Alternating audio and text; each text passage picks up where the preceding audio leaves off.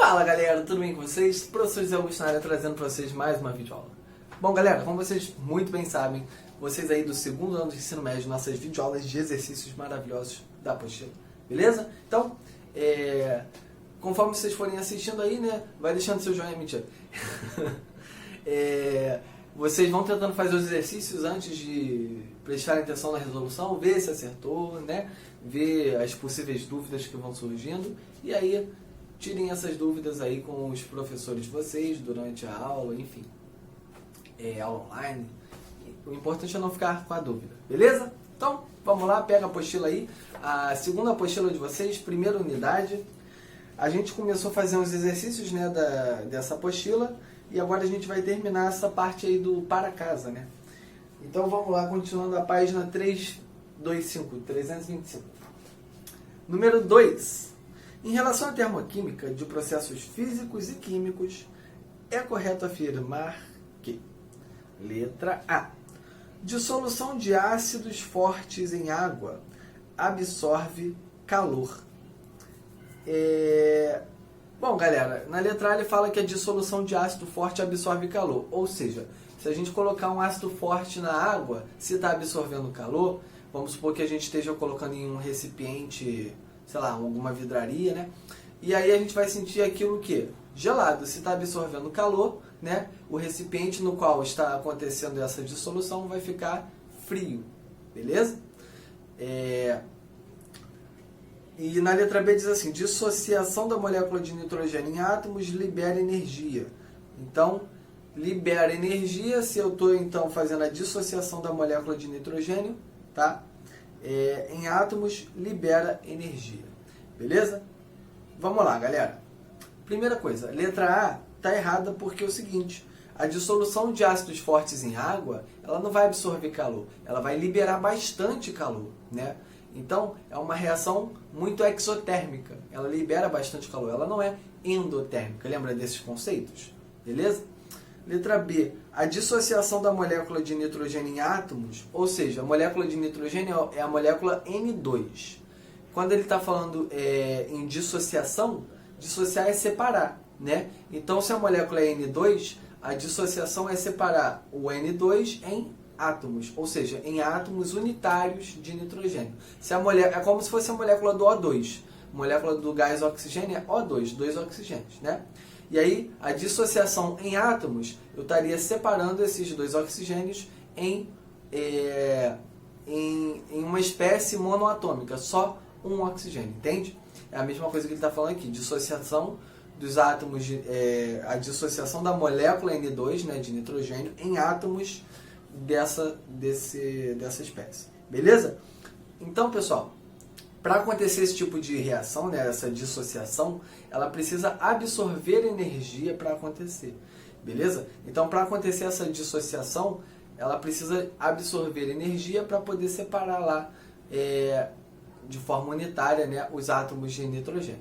Beleza? Mas aí você deve estar se perguntando: ah, professor, eu não ia saber disso, não ia, sei lá, não ia lembrar, por exemplo. Galera, são questões de múltipla escolha. Então, nesse caso, né, quando a gente tem dúvida, o que é normal, né, a gente também não sabe tudo, beleza?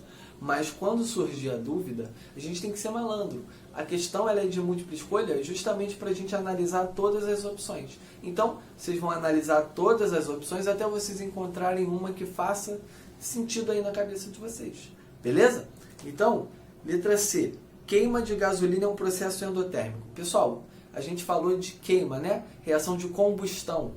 Combustão, a maioria das reações de combustão são processos exotérmicos, ou seja, liberam calor, né? É uma queima, então está liberando calor e não absorvendo calor, certo?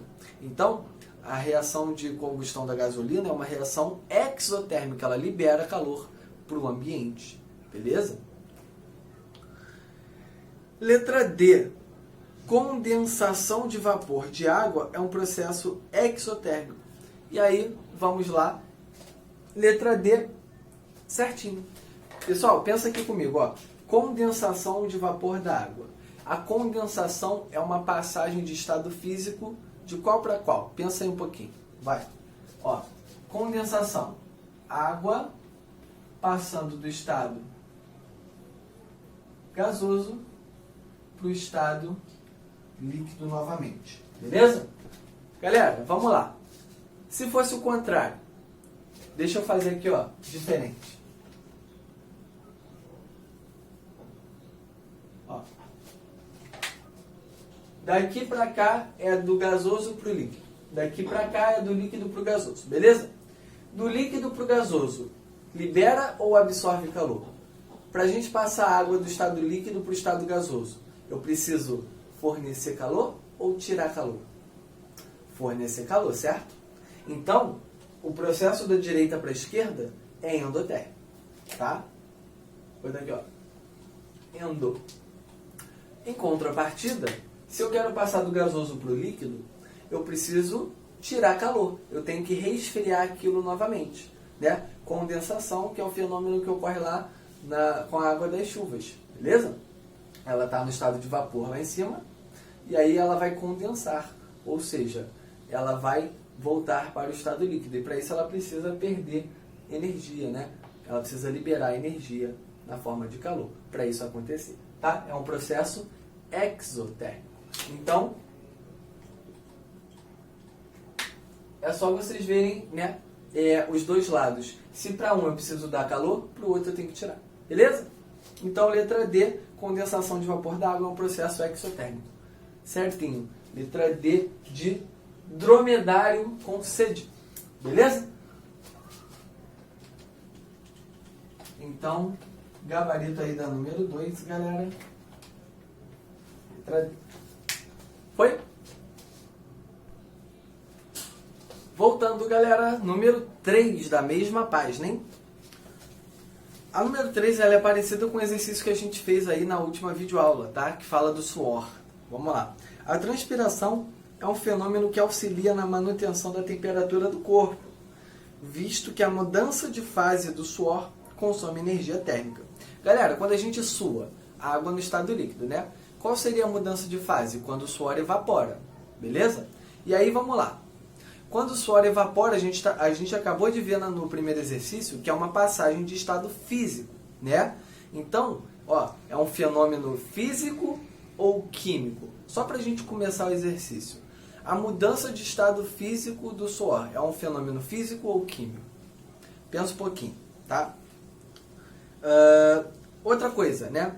A gente viu também que quando ele passa, né? A gente viu o exemplo da água. Quando ela passa do líquido para o gás, ela absorve energia, absorve calor. Processo endo ou exotérmico? Endotérmico, né? Então, vamos lá, recapitulando. Quando a gente sua, aí o suor evapora, ou seja, passagem do líquido para o vapor.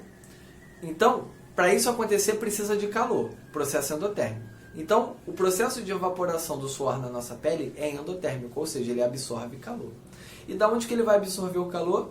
Da nossa pele. Por isso que a gente sente aquele fresquinho, né? Quando bate o ventinho assim, que a gente sente o corpo secar, né? A gente está suadão lá, bateu o ventinho, a gente sente o corpo começar a secar e a gente sente um friozinho, né? Por quê? Porque o processo de evaporação do suor, ele absorve o calor da nossa pele para acontecer. É um processo endotérmico, ele absorve o calor. Então, a gente sente o friozinho porque a gente está perdendo calor para esse processo acontecer, sacaram? Beleza? Processo endotérmico. Então, matamos aí a charada que é endotérmico. Agora, pensou? É químico ou físico? Vamos lá, é um fenômeno físico. Beleza? Por quê? Porque aqui, nesse caso, a gente não está tendo uma mudança substancial, tá? O fenômeno químico, ele ocorre com uma alteração na minha substância. Beleza? O suor, quando ele evapora, ele não deixa de ser água, entende? Então, é o suor do nosso corpo, água, né? E quando evapora, não deixa de ser água. Ou seja, não mudou a substância. Então, o fenômeno físico, ele ocorre quando não há mudança na substância, tá? Belezinha? Mudou só o quê? O estado físico, nesse caso, né? Mudou a estrutura, mas não mudou a substância. Beleza? Tranquilidade? Então, fenômeno é físico e o processo é endotérmico. Letra D de novo. E dessa vez de dromedário sem sede. Matou a sede. Beleza? Letra D, galera. Vamos pro próximo. Aí estamos nós para o nosso último exercício, tá? Da unidade 1. Quer dizer, desse para casa, né? 7, galera. A termoquímica estuda a energia que é liberada ou absorvida sob a forma de calor, em pressão constante, em processos como mudanças de fases e reações químicas. Sobre a termoquímica, analise as afirmações a seguir e marque V para verdadeiro e F para falso. Primeira afirmação, né? Vamos lá, são 5. Uma reação de combustão é uma reação exotérmica, ou seja, libera calor. Combustão, queima. Se é queima, libera calor. Beleza. Então, uma reação de combustão é exotérmica, na qual a variação de entalpia tem sinal negativo. E aí a gente tem que lembrar, né, da aula passada, galera, quando a gente viu que a variação de entalpia, que a gente chama de ΔH, tá? A variação de entalpia ela é dada pela entalpia do produto menos a entalpia do reagente. Mas enfim, o que acontece? A variação de entalpia de uma reação exotérmica ela é negativa. Sim, ela libera calor, beleza? Já a variação de entalpia de uma reação endotérmica é positiva, porque ela absorve calor, beleza? Lembrando que a entalpia é a energia interna das substâncias, certo? Então, basicamente o ΔH de uma reação exotérmica tem que ser negativo. E para ele ser negativo, a entalpia do reagente tem que ser maior que a entalpia do produto. Beleza? Então a primeira afirmativa, V de vinho verdadeiro. Beleza? Segunda, quando a reação endotérmica ocorre, o sistema formado pelos participantes dessa reação absorve calor das vizinhanças. Então vamos lá. Reação endotérmica, né? Absorve calor. Da onde que está absorvendo calor? Das vizinhanças. Lembra do exemplo do suor? Quando ele evapora? Ele não absorve o calor da nossa pele, né? E aí a gente sente aquele friozinho. Beleza? Então, quando uma reação endotérmica ocorre, o sistema formado pelos participantes dessa reação absorve calor das vizinhanças. Belezinha, verdadeiro novamente. Terceira, derramando-se gotas de propanona. Para quem não sabe, a propanona é a famosa acetona, tá? Derramando-se gotas de propanona na pele, é provocada uma sensação de frio. Sim, verdade, né? Quando a gente derrama acetona na pele, a gente vai sentir frio na região, né? As meninas devem conhecer bastante essa sensação, né? Porque elas fazem a unha e tudo mais. Então, bate aquele friozinho quando toca, né, o algodãozinho lá com a acetona para tirar o esmalte, né? Por quê? Vamos lá. Derramando-se gotas de propanona na pele, é provocada uma sensação de frio, justificada em razão da evaporação ser um processo exotérmico. Ele errou no finalzinho. Porque se a evaporação fosse um processo exotérmico, ela estaria liberando calor. Liberando calor para a pele, né, no caso. Nesse caso aqui. Porque a gente está derramando a gota na pele. Então, se fosse um processo exotérmico, a evaporação, ia liberar calor, a gente ia sentir quente e não frio. Portanto, a evaporação é um processo endotérmico, ela absorve o calor. E da onde que ela vai absorver o calor? Da nossa pele. E aí a gente vai sentir o frio. Beleza? Então, errou no finalzinho a terceira afirmativa. Falsa. Quarta. A dissolução do ácido sulfúrico H2SO4 concentrado em água é um processo exotérmico que pode ser confirmado pela diminuição da temperatura. Galera, a dissolução do ácido sulfúrico sim é um processo exotérmico, libera bastante calor, tá? Mas não pode ser confirmado pela diminuição da temperatura, porque se libera calor, se é exotérmico e libera calor, a temperatura não vai diminuir, concorda comigo? A temperatura do sistema vai aumentar. Por quê? Porque a dissolução está liberando calor. Beleza? Então, está ficando mais quente o sistema. Belezinha, galera? Então, errou no finalzinho também. A afirmativa número 4. E por último, número 5. O processo de fusão do gelo absorve o calor da vizinhança. Fusão do gelo, pessoal. Fusão é a passagem de qual estado físico para qual estado físico? Vamos lá. Fusão do gelo. Passagem do estado sólido, né, da água, para o estado líquido. Então, água sólida, gelo. Fusão, passou para o estado líquido. Ou seja, está passando de um estado de menor energia, que é o estado sólido, para um estado de maior energia. Ou seja, para isso acontecer, o gelo precisa absorver calor, né, para ir para o estado líquido. Certo? Então, processo endotérmico. Então, vamos ler aqui. O processo de fusão do gelo absorve calor da vizinhança. Show! Se é um processo endotérmico, absorve o calor, certo? Da vizinhança. Assim, a variação de entalpia tem sinal negativo. Errou no final, mais uma vez.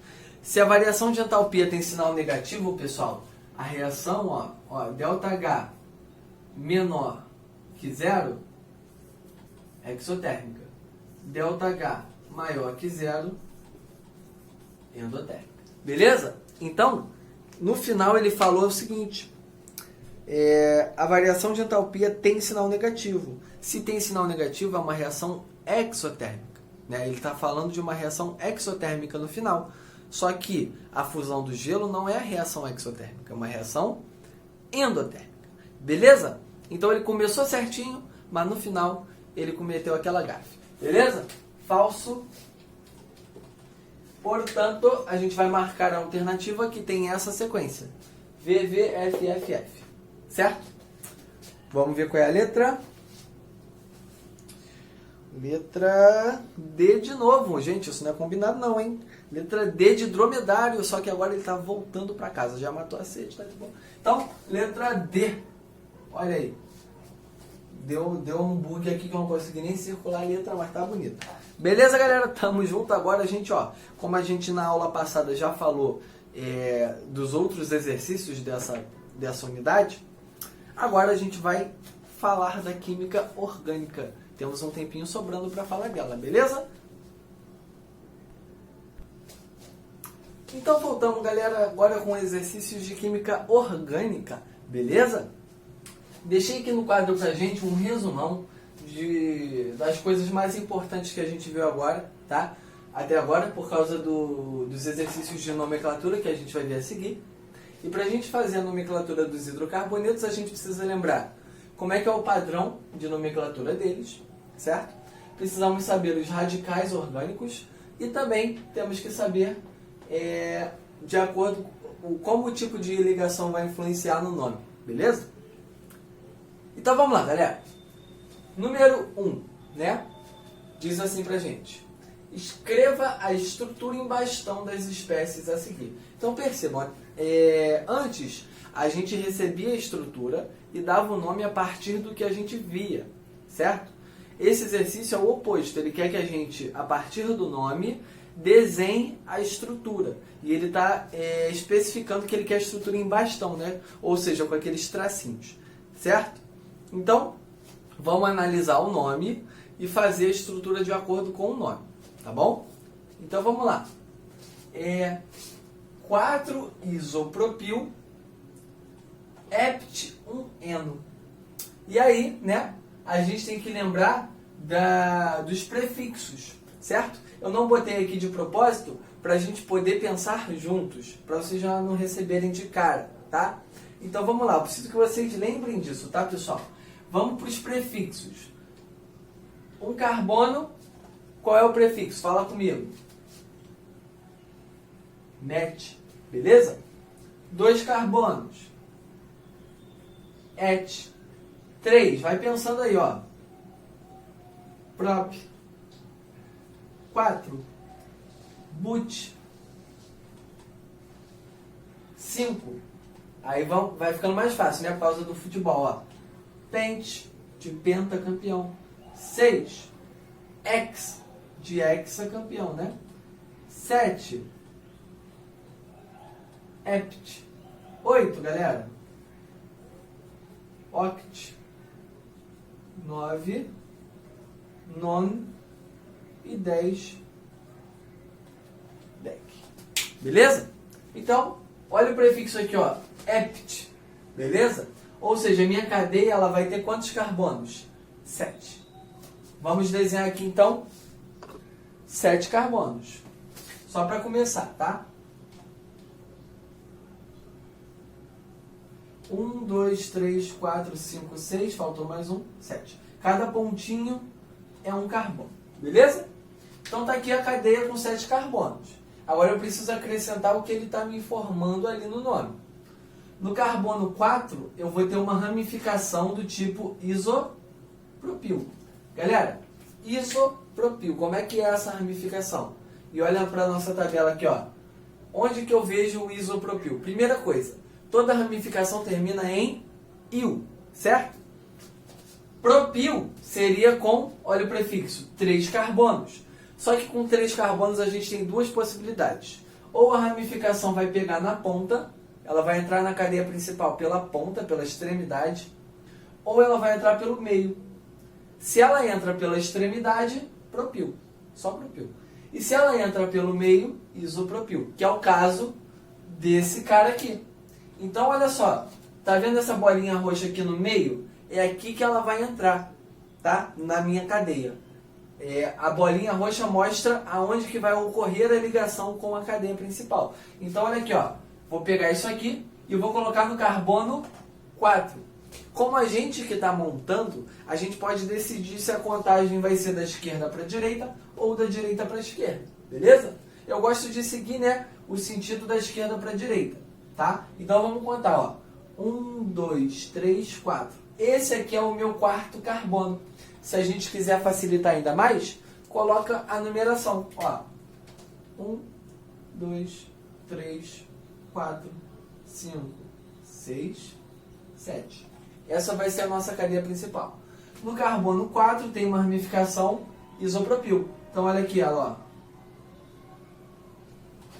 Vê se ela não parece um estilingue, tá? Eu gosto de falar assim para ajudar a gente a dar aquela lembrada na hora, né? Então, ó, o isopropil é o estilingue, certo? Com 3 carbonos. Existe também o isobutil. Olha o prefixo, 4, ó, but. O isobutil é um estilingue também, com 4 carbonos, beleza? Tomem cuidado com isso. Então, ó, 4 isopropil, não acabou ainda, ó, ept, 1 eno. Olha o en aqui, pessoal. Analisa comigo. En vem de qual tipo de ligação? Dupla, beleza? Ó, ligação simples, an. Se fosse só ligação simples, estaria heptano. Mas tem um eno, tá? O que isso significa? Que no carbono número 1, que é o primeiro carbono, inicia-se uma ligação dupla. Então, faltou colocar isso aqui, ó. Pronto. 4 isopropil, tá aqui. Ept, 7 carbonos na cadeia principal. 1 eno. Ou seja, no primeiro carbono, começa uma ligação dupla. Beleza, galera? Tá aí a estrutura do nosso composto desenhada. Foi ou não? Muito bem. Terc-butilbenzeno. Parece super complicado esse aqui, mas basta a gente desenhar a estrutura do benzeno.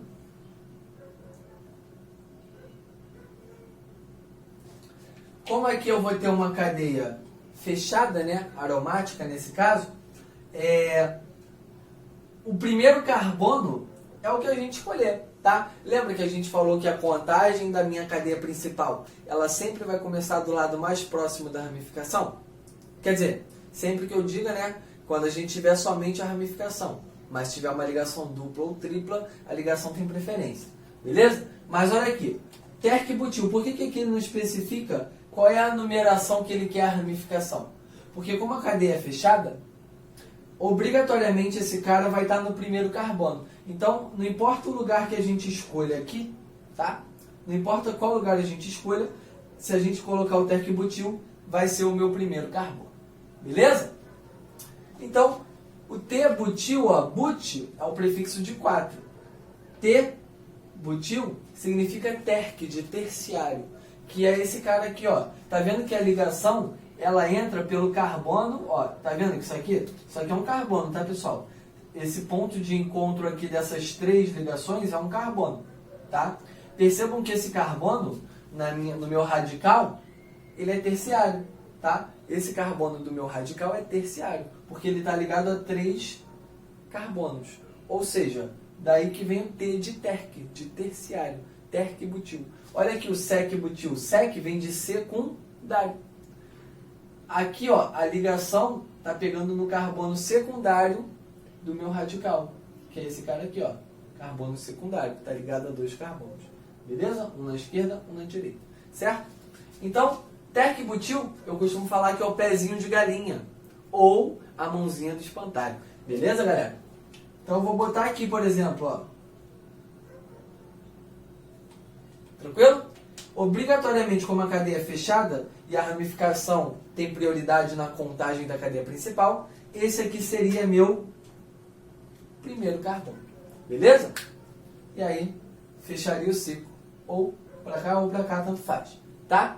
Mas aqui não precisa colocar o 1-terc-butil, porque seria redundante. Eu já sei que o meu primeiro carbono vai estar ramificação, porque a cadeia é fechada. Beleza, galera? Tranquilidade? Vamos para os próximos. Voltamos aí, galera. Letra C. Mesma coisa, tá? Deu o nome, né? E quer que a gente continue fazendo aí a estrutura. Hexa 135 trieno. Olha aí, galera. Hex prefixo de 6. Então eu vou colocar 1, 2, 3, 4, 5, 6 carbonos, tá? A contagem, mais uma vez, a gente pode escolher se quer da esquerda para a direita ou da direita para a esquerda, porque é a gente que está desenhando, tá? 1, 2, 3, 4, 5, 6.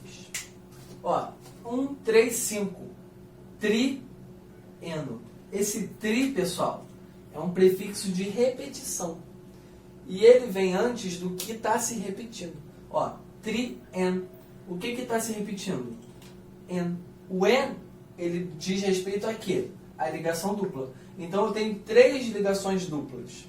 Uma no carbono 1, a outra começa no carbono 3 e a outra começa no carbono 5.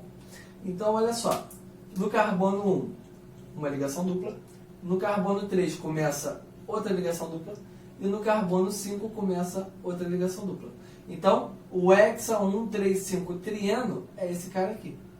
Certinho? Belezinha? Deixa eu botar a numeração em cima. Ó. Só pra gente ter uma ideia, ó. Esse aqui que é o nosso hexa 135 trieno. Beleza? Tá aí. Show de bola, galera? D. 4-isobutil 3,3-dimetil non-1-in. Galera, non prefixo de 9. Então vamos desenhar 9 carbonos em sequência.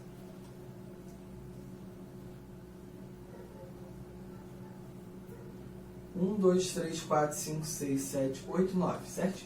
Tá? Parece um morrinho, né? Então, vamos lá. É a gente que escolhe, né? Então vamos da esquerda para a direita, ó. 1, 2, 3, 4, 5, 6, 7, 8, 9. 4-isobutil. No carbono 4 vai ter um radical chamado isobutil. Lembra que eu falei que é o estilingue com 4 carbonos? O isopropil é um estilingue com 3 carbonos, ó. Esse é o isopropil. Quantos carbonos tem no radical?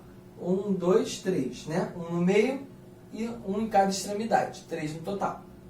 Agora, o isobutil, ele tem, ó, um carbono a mais. São 4, certo? Então a gente tem que tomar cuidado com isso para não errar, tá, pessoal?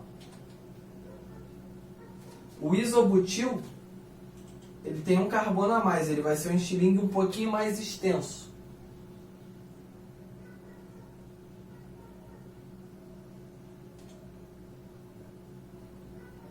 Pode até desenhar ele quebradinho assim, ó.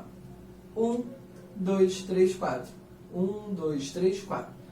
Olhando para o radical, ele tem 4 carbonos. Esse é o isobutil. Tranquilo? 4-isobutil, 3,3-dimetil. Opa! Ó, di, prefixo de repetição, assim como tri. Só que o tri é prefixo para 3 repetições. O di é prefixo para 2 repetições. Lembrando, o prefixo da repetição ele vem antes do que está se repetindo. Dimetil, o que está se repetindo? O radical metil. E onde que ele se repete? No carbono 3, 2 vezes. Beleza? Então, no carbono 3 eu tenho dois radicais do tipo metil. Olha como é que vai ficar isso aqui, galera. Deixa eu apagar esse 3 aqui. Ó, um radical metil aqui, que é um radical com um carbono, tá? E outro radical metil aqui. Dois radicais metil. Por isso, 3, 3. Porque os dois estão no carbono número 3. Beleza? Vou acrescentar o 3 aqui de novo. Beleza? Então, 4-isobutil, 3,3-dimetil. Lembrando que ele começa com butil e depois o metil, porque é a ordem alfabética, tá? Tranquilo? A nomenclatura ela vem em ordem alfabética nos radicais, tá? Né? Os 9 carbonos, um ino. Ou seja, no carbono 1 começa uma ligação tripla. Então, eu vou colocar aqui, ó. Tá aí. Ó, ligação tripla no primeiro carbono começando. Beleza, galera? Viu como não é tão difícil? É só seguir o passo a passo. Tá certo? Bom, vamos pro próximo, hein, pessoal? Número 2, galera. Essa questão aqui é da Seixo Gran Rio, beleza? Bom, vamos lá. Assinale a única alternativa correta com relação ao composto que apresenta a estrutura a seguir. Galera, o composto está aqui. Dica para vocês, tá? Tenta fazer a fórmula em bastão desse composto, que é a fórmula do tracinho, tá? É importante a gente treinar isso para a gente poder, né, facilitar às vezes, né, algum exercício, já ficar mais malandro, né, na conversão desse tipo de fórmula, né, tanto da estrutural para esse tipo aqui, perdão, da estrutural condensada para estrutural em bastão, como da estrutural em bastão para esse tipo aqui, enfim, beleza? É legal a gente saber reescrever isso aqui de outras formas, certo? Mas vamos lá. Ele fala que esse composto é um alqueno. Alqueno tem que ter o que, galera? Deixa eu vir para cá, ó. Alqueno tem que ter uma ligação dupla, por isso o eno, né? Perdão, galera, a câmera deu uma travadinha, mas vamos voltar aqui, recapitulando, né? Então, alqueno tem que ter uma ligação dupla, um composto aberto de ligação com uma ligação dupla. Vocês estão vendo alguma ligação dupla nesse composto? Analisa bem ele. Tem alguma ligação com 2 tracinhos? Não, né? Então, ele não é um alqueno, ele é um alcano, certo? Então, a letra A a gente já, de cara, descarta ela. Letra B.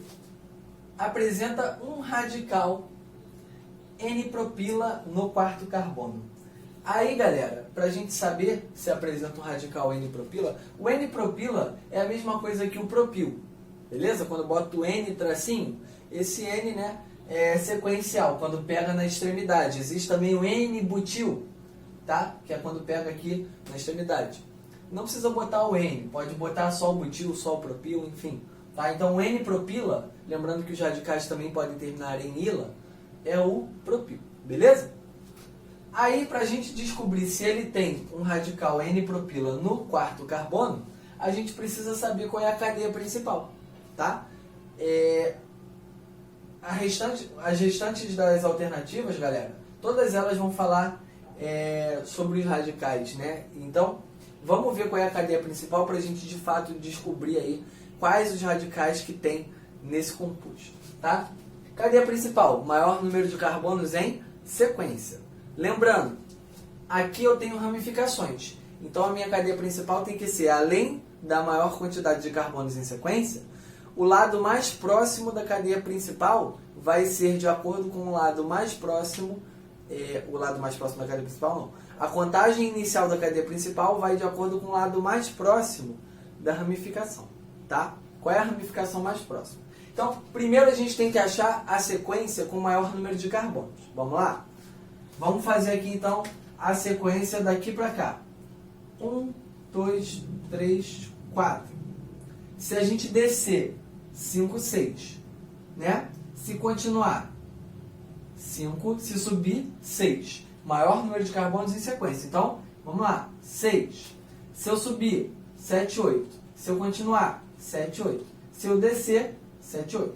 Percebam que se eu continuar para cá, eu vou ter duas ramificações aqui, ó, com 2 carbonos. Se eu continuar para cima, duas ramificações com 2 carbonos. Se eu for para baixo, duas ramificações com 2 carbonos. Ou seja, é indiferente, né?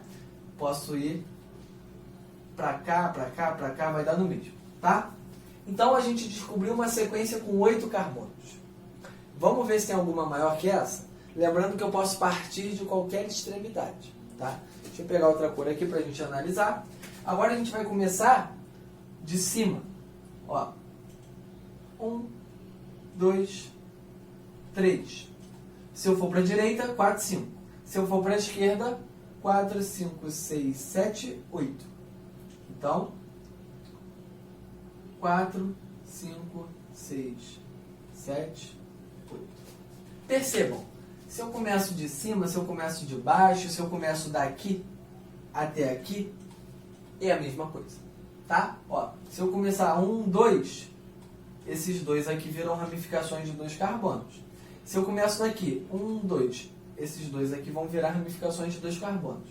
Se eu começo de baixo, 1, 2, esses dois aqui viram ramificações de 2 carbonos. Ou seja, tanto faz se eu começar de cima, daqui ou daqui. É a mesma coisa que a gente viu agora, né? Quando a gente finalizou o 7 e 8, tá? Porque vai ficar igual, né? Quem sobrar. Beleza? Então, sequência de 8 carbonos também. Tem alguma sequência maior que essa, pessoal? Se eu começar daqui, por exemplo, 1, 2, 3, 4, 5, 6. Não. 1, 2, 3, 4, 5, 6, 7. Também não. Então, a sequência correta vai ser uma dessas duas aqui. Ou ela vai daqui para cá, ou ela vai daqui para cá. Certo? E aí, vamos lá. Já descobrimos qual é a maior quantidade de carbonos em sequência. Agora a gente vai ver qual é o lado mais próximo da ramificação. Se eu começar da esquerda para a direita, que é a contagem roxinha, a minha primeira ramificação vai estar no carbono 4. Ó.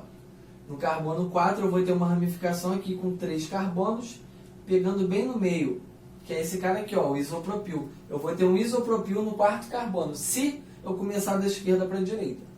Se eu começo daqui, né? Agora a gente vai vir de cima para cá. Poderia ser daqui para cá também, ou daqui para cá. Lembrando que daria no mesmo, tá? Ó, se eu começo daqui do verdinho agora, 1, 2, 3. Ó, meu 3 já tem ramificação para cá e para cá. Então, aqui eu já tenho ramificação no carbono 3, se eu começo daqui. Se eu começo daqui, eu vou ter ramificação no carbono 4. Então, como é o lado mais próximo da ramificação, eu vou olhar para a contagem verde e vou apagar a roxinha. Certo? A roxinha não será a contagem dessa cadeia. Tranquilo, galera? Ó, então lembrando, tá? Se eu começo daqui de cima, deixa eu manter o 3 aqui. Ó, se eu começo daqui de cima ou daqui do lado, daria no mesmo, não daria? Ó, 1, 2, 3, né? 2, ó, duas ramificações com 2 carbonos. Se eu como a gente fez de cima, eu vou ter duas ramificações com 2 carbonos. E a gente poderia ainda começar de baixo, que daria no mesmo também, ó. 1, 2, 3. Duas ramificações com 2 carbonos. Beleza? Tanto faz. Tá? Mas eu vou manter o exemplo inicial, que a gente começou de cima, tá? O que tiver fora das contagens são consideradas ramificações. Então a gente vai ter uma ramificação aqui, tá para fora da contagem, ó, outra ramificação aqui, fora da contagem, outra ramificação aqui, fora da contagem, tá? Todos os carbonos que não foram contados são ramificações. Então, vamos lá. Letra B, apresenta um radical propil no 4º carbono. Vamos olhar para o 4º carbono? Tá aqui o 4º carbono, ó. tem um radical, mas não é o propil. Eu até esqueci de sinalizar ele. É um radical com um carbono só, CH3, ó, metil. Beleza? Então aqui a gente tem no quarto carbono um radical metil. Então a letra B também está equivocadinha. Letra C. Apresenta 2 radicais propila, ou 2 radicais propil, né?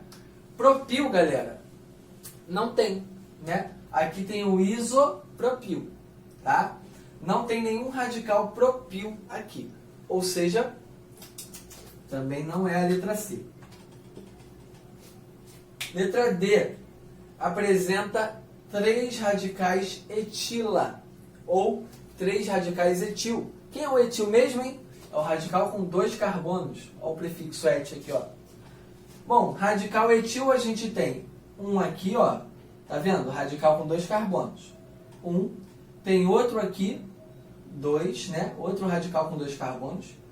Esse aqui não é, ele é metil, e esse aqui é isopropil. Então, ao todo, eu tenho 2 radicais etil, que inclusive é a letra E.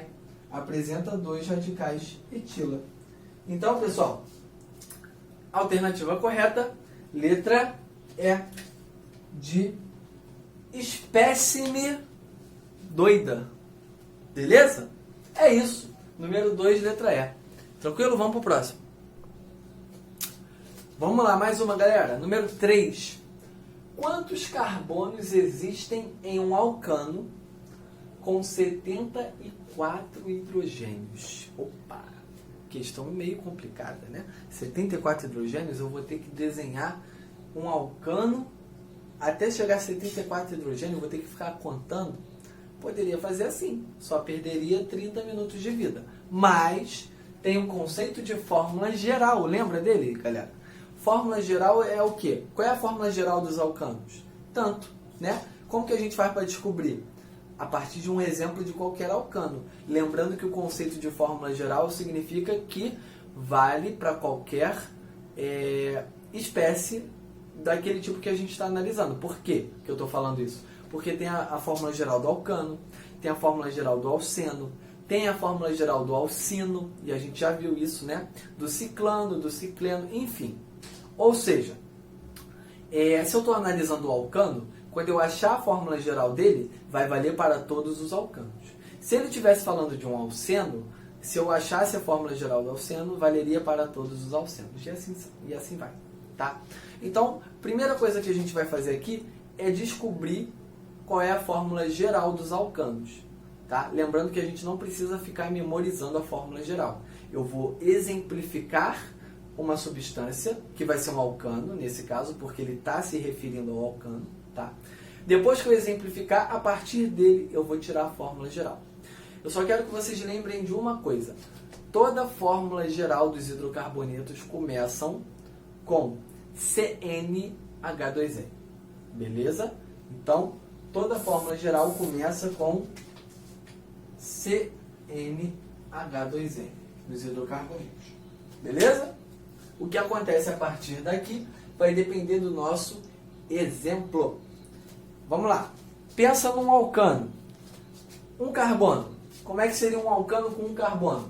Seria o CH4. Pensa num alcano com 2 carbonos.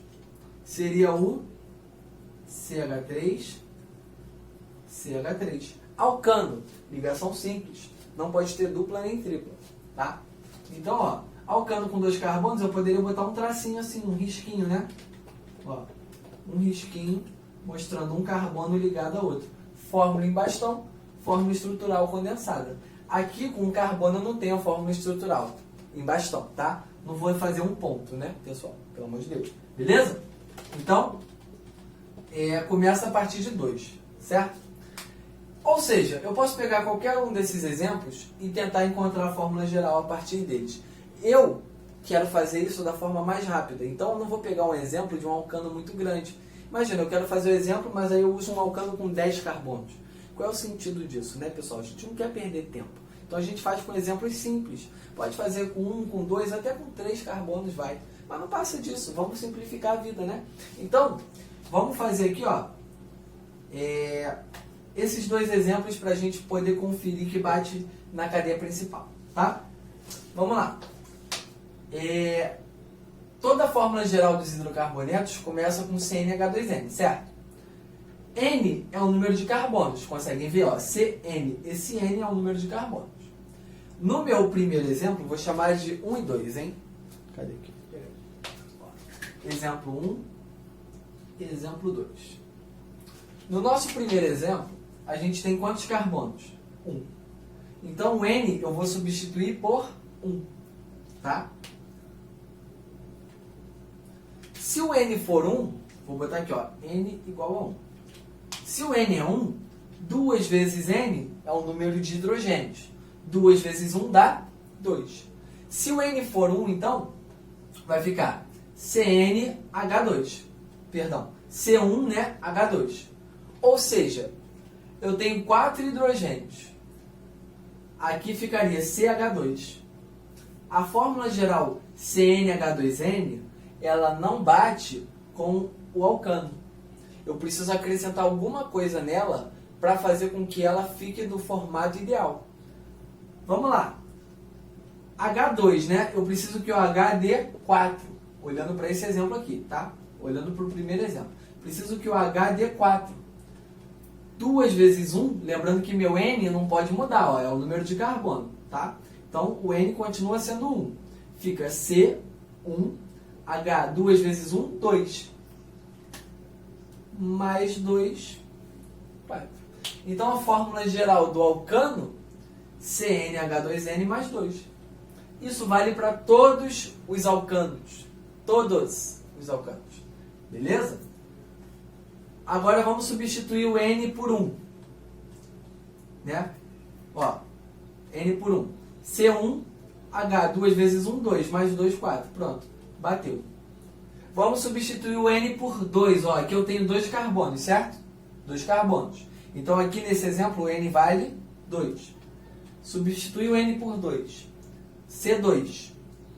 2 vezes 2, 4. Mais 2, 6. Quantos hidrogênios eu tenho aqui? 3 mais 3, 6. Ou seja, não importa o alcano que a gente jogue aqui, vai bater com essa fórmula aqui. Por isso que o nome é fórmula geral, certo? Ok? Então, percebam que a fórmula geral a gente tira a partir de qualquer exemplo, vale para todos, né? Então, aqui vale para todos os alcanos. Eu poderia pegar qualquer alcano e fazer o exemplo, certo? Então, podia partir desse, partir de qualquer outro, tá? Que vocês iam chegar nessa conclusão. E é ela que vai nos ajudar a resolver esse exercício de uma forma muito mais rápida, tá? Então, descobrimos a fórmula geral dos alcanos e agora a gente vai resolver o exercício a partir dessa forma. Quantos carbonos existem em um alcano com 74 hidrogênios? 74 hidrogênios significa que aqui tem que dar quanto? 74. Beleza? A gente pode até fazer uma equação aqui, ó. Tranquilo, galera? Então, percebam. 2n mais 2 tem que dar quanto? 74. Vamos fazer uma equaçãozinha? Vou pegar aqui a caneta. Lembrando que isso aqui tem que ser igual a 74, tá? Então, vou fazer o seguinte, ó. 2n mais 2 é igual a 74. Olha como vai ficar muito mais fácil. O 2 vai passar para o outro lado diminuindo, então vai ficar 2n é igual a 74 menos 2. Beleza? 2n vai ser igual a 74 menos 2. 72. N, por sua vez, vai ser igual a 72 sobre 2. Quanto que dá N, pessoal? 36 carbonos.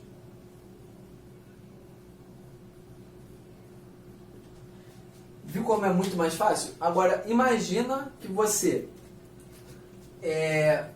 se depare com esse exercício, esqueça da fórmula geral e tenha que desenhar o número de carbonos. Galera, vocês vão pegar uma folha e iam desenhar 36 carbonos, vários morrinhos, e depois iam ter que parar para contar os hidrogênios.